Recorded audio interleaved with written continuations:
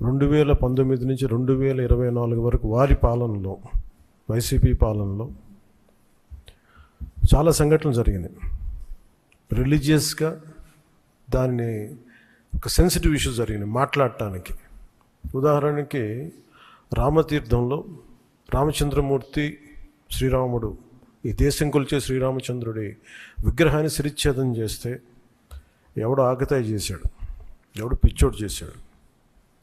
పిఠాపురంలో అశుద్ధంతో విగ్రహాలని చేస్తే ఒక గుడిలో, దాన్ని కూడా ఎవడో పిచ్చోడు చేశాడు.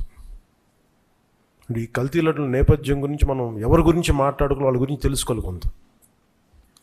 అలాగే దుర్గమ్మ వారి ఆలయంలో వెండి విగ్రహాలు మన దొంగతనం జరిగితే ఇవి పోతే ఇంకోటి కొనుక్కుందాం, దీనికి ఏంటి బిల్డింగ్లు మేడలు కడతామా, మిద్దెలు కడతామా.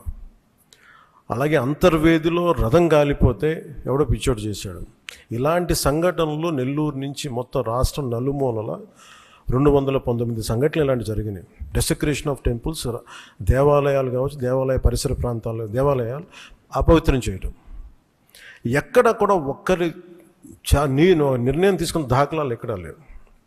ఇలాంటి నేపథ్యంలో కూడా ప్రత్యేకించి జనసేన నుంచి కానీ మేము ఎక్కడ చాలా దాన్ని పొలిటికల్గా కానీ దాని ఒక మైలేజ్ వస్తుందేమో, దాని ఒక ఎమోషనల్ ఓట్ బ్యాంక్, అసలు ఆ నిర్ణయం ఎప్పుడు తీసుకోలేం. పదే చెప్పాం, కరెక్షన్ చేశాం తప్ప. అంత నిబద్ధత పాటించిన మేము